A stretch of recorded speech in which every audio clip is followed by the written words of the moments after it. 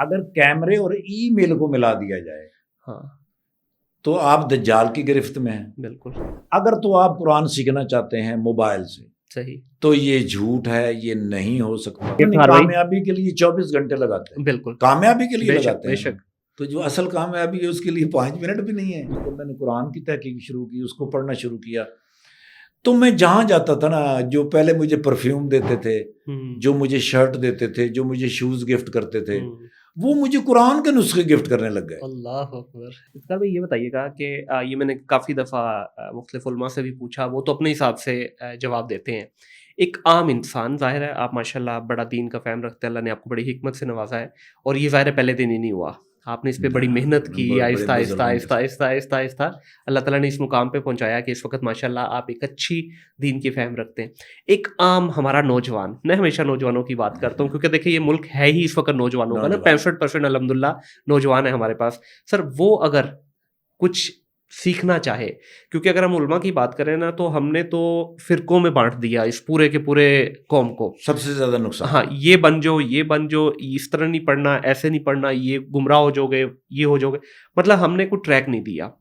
ایک عام بچہ جو یہ چاہتا ہے کہ اس پوری جو دنیا کی دوڑ ہے، دجالی میڈیا ہمارا اس وقت جو ہے فل ٹائم جوبن پہ ہے، پھر وہاں سے بچا بچایا اے آئی کے نظریے اس وقت پورا غالب ہے ہمارے اوپر. اس میں سر ایک نوجوان بچہ کس طرح سے راہ راست پہ رہے اور دنیا کو بھی چلاتا رہے؟ کیونکہ بہت سارے علماء تو یہ کہتے ہیں جی ایک ہی ہو سکتا ہے، یا دین ہو سکتا ہے یا دنیا ہو سکتا ہے. تو لیکن دونوں کو لے کے تو چلنا ہے نا سر، بھوکا تو نہیں مرنا نا. دنیا، ہاں دین اور دنیا دونوں کو لے کے چلنا ہے. تو بیلنس کیسے کریٹ کیا جائے اس مشکل وقت میں؟ دین جو ہے وہ بہت ہی کم اگر آپ کے وجود کے اندر ہو تو وہ 51% ہونا چاہیے. صحیح. دنیا اگر پھنس گئے ہیں دنیا کے اندر تو 49%. ہاں 50-50 بھی وارہ نہیں کھائے گا. ٹھیک ہو گیا، بالکل صحیح ہے.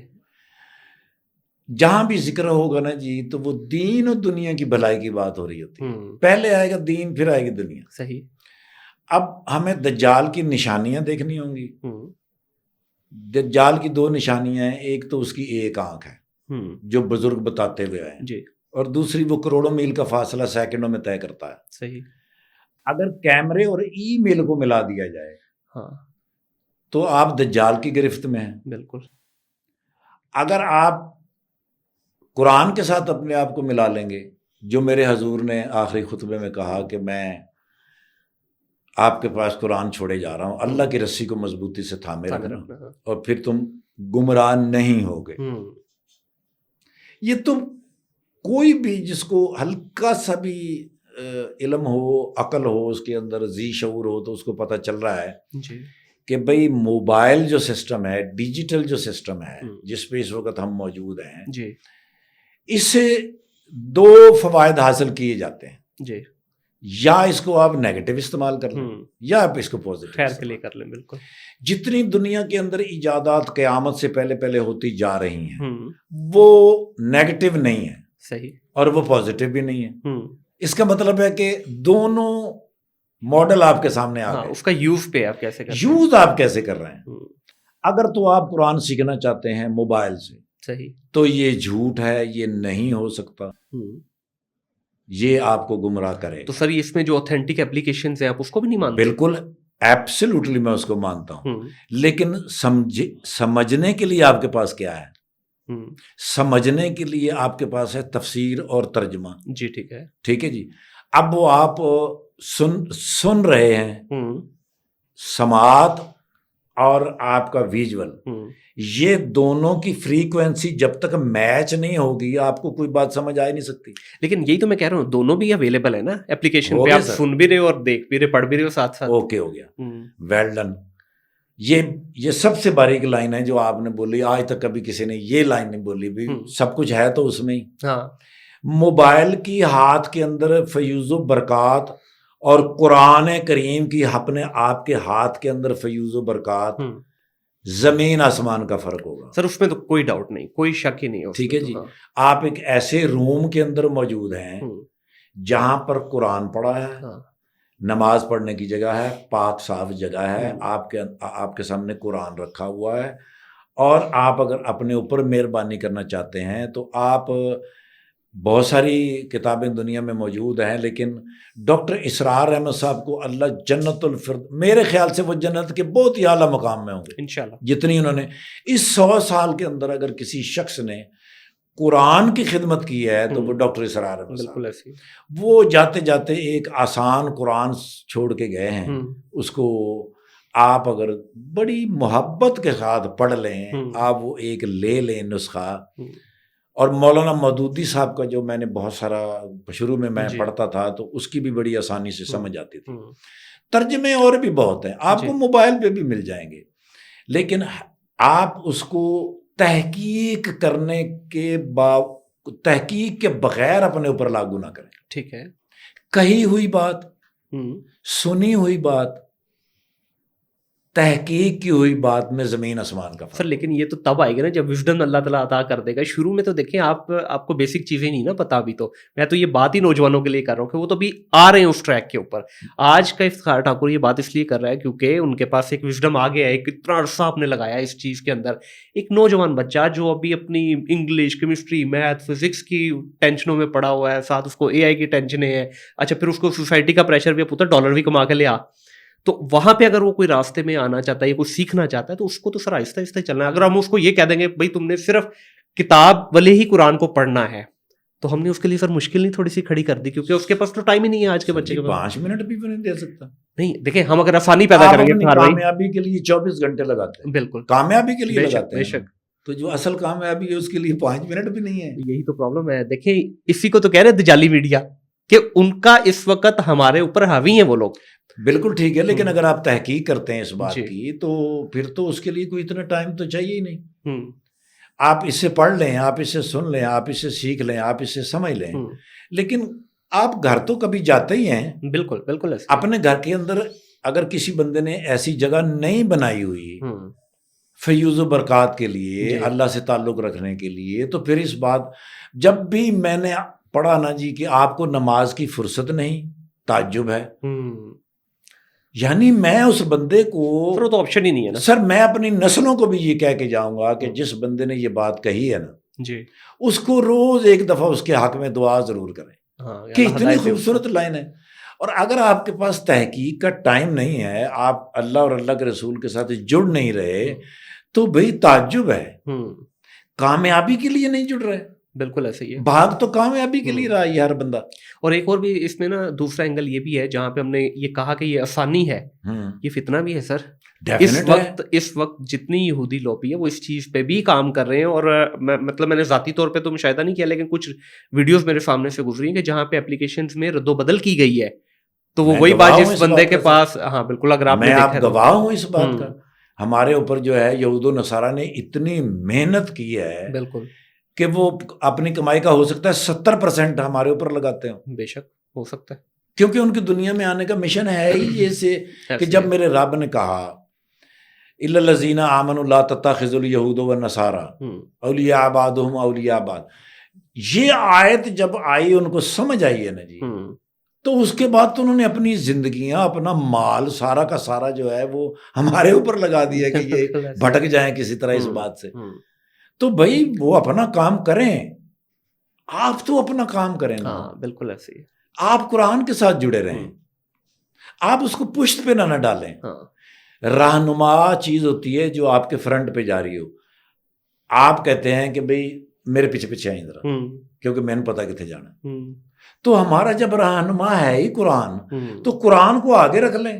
واہ واہ واہ واہ، سارا کچھ آسان ہو جائے گا. سر میں نے ایسے بہت سارے گھر دیکھے ہیں جنہوں نے قرآن ایسی جگہ پہ رکھا ہوا ہے کہ کانڈ نہ ہو جائے کدھر.